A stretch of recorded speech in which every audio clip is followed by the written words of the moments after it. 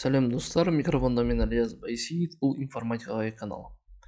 Процесстерді электрондық кестеде модельдеу. Яғни бұл біздегі қарастыратын тақырыпта біз әрбір есепті шығармас бұрын, әрбір тапсырмаға біз тапсырмаларды орындамас бұрын, ең алдымен ол есептің моделін біз қағазға немесе ойша, яғни біз түсіріп алу керекпіз. Яғни бізде бұрындарда қарайтын болсақ, мына суретке қарайтын болсақ, яғни осы құстарға қарап, яғни осының моделін сызу арқылы, яғни тікұшақтар, мына киттерге қарап, субмариналар, яғни бізде сол суасты қайықтары, суасты яғни біздегі су астында жүретін техникалар ойлап табылған.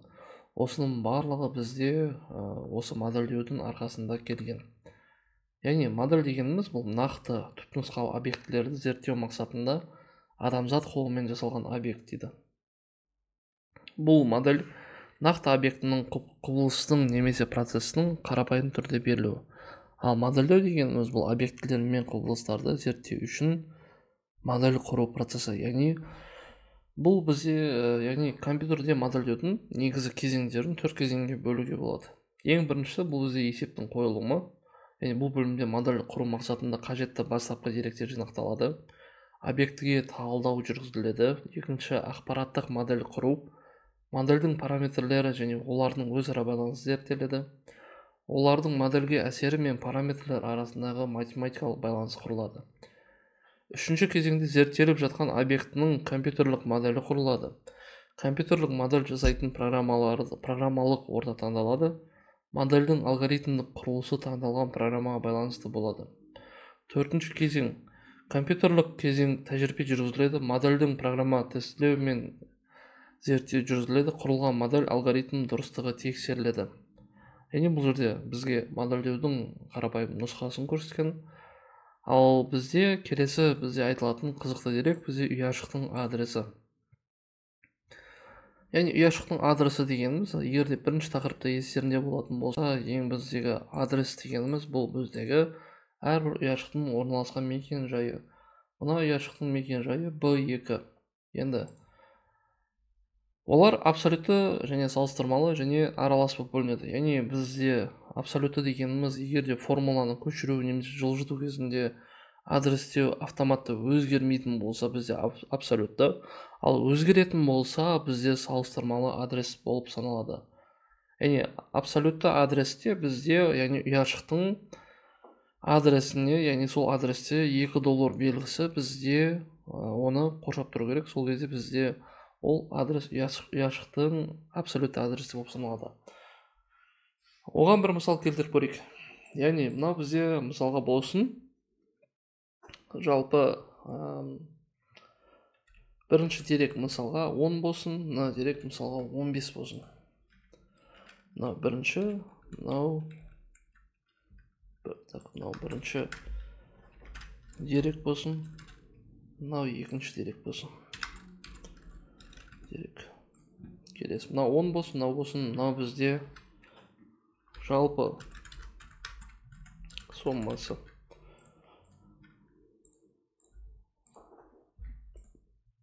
Жалпы соммасы тең болсын бірінші дерек пен екінші деректің мысалға қосындысына. Енді қараңыздар, осы жерге мысалға мен 15, 10, мына жерге 16, 19 болсын мысалға. Осыны алайықта, мынаны толтырайық. Мына жерде тоже кеміретіні толтыра берейік.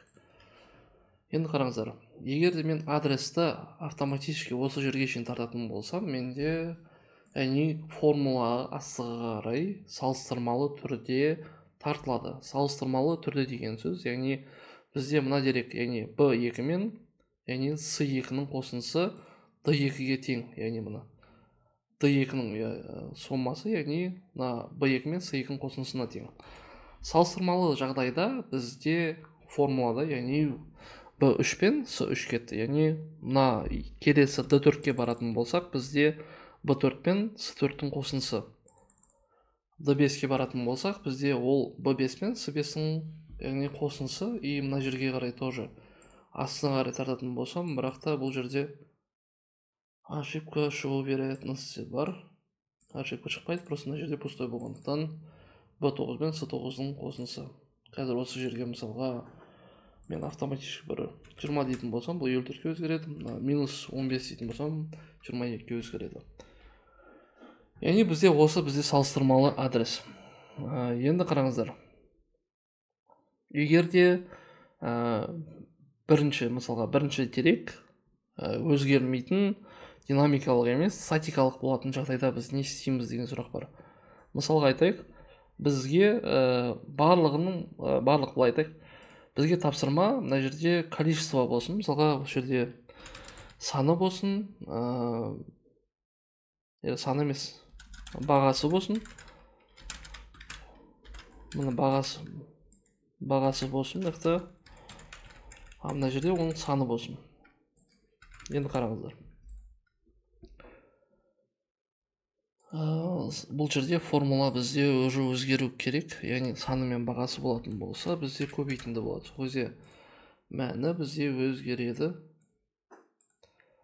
Минус болуы мүмкін емес, яғни бізде деректер точно емес деген сөз. Так, формула бойынша дұрыс, бірақ та негізінде минусқа кетпейді, соны түсіну керекпіз. Енді қараңыздар. Мысалға бір өшіргіш, қалам, или болмаса сондай сияқты майда шүйде заттардың штуктарын, яғни базарға бір сатып алу керекпіз. Барлығының количество бізде, мысалға айтайық, 10 штуктан деп айтсын, немесе 5 штуктан деп айтсын. Бірінші жағдайда давайте бірінші 10 штуктан деп алайық. Мысалға ол кезде бірінші формула аламында мен B2 үй ашығына F4 пернесін бассам, менде доллар знагы пайда болады. Осылайынан басатын болсам, формуланы тартатын болсам, енді менде бірінші дерек всегда не болып тұр? Абсолютті адресте тұр. Яғни бірінші деректі қарайтын болсам, B бізде абсолютті. Келесінде B2 бізде абсолютті. Міне B2 абсолютті, C2 салыстырмалы. B2 абсолютті, C6 салыстырмалы. B2 абсолютті, C7 салыстырмалы. Осылайынан біз астыға дейін егер жаза беретін болсақ, мына жердегі данылардың барлығы, мысалға, уже барлығы бізде салыстырмалы болып, мына бағаны бізде абсолютті, мына жер салыстырмалы түрде өсіп кете береді екен. Яғни формулада біз мыналайынан өзгертсек болады. Мына жерде B2 емес, мысалға, былайынан болсын. Формуланы өзгертейік. Мысалға, мынау емес, өшіріп тастайық. B5-ті абсолютті қылайық, көбейтейік оғаны бағасымен. Сонда бізде қазір формуланы астыға тартатын болсам, менде B5 үй ашығы абсолютті, яғни барлығынан 5 штуктан керек болатын болса, осындай формуламен біз шығарады екенбіз. Кеттік. Осындай туралы бізде жалпы тапсырма айтылған. Және осы модельдеуде бізге қатты керек, ұстану керек заданиялар именно осы салыстырмалы мен абсолютті сілтемеге қатысты болады.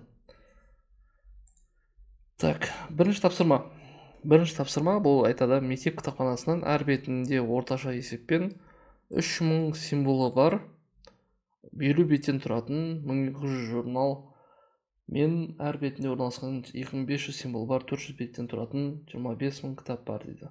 Мектеп кітапханасында қанша байт, килобайт, мегабайт, гигабайт ақпарат бар дейді. Так, бет саны бізде модельдеп алған, яғни бірінші жазып алған. Одан кейін осы жердегі бет сандарын қатар санымен бірге журналдағы беттерін санап алған, келесі кітаптағын санап алған. Одан кейін оны байтқа, килобайтқа, мегабайтқа, гигабайтқа айналдырған. Біз бұны практикалық тапсырмада істейтін боламыз. Назарларыңызға рахмет, сау болыңыздар.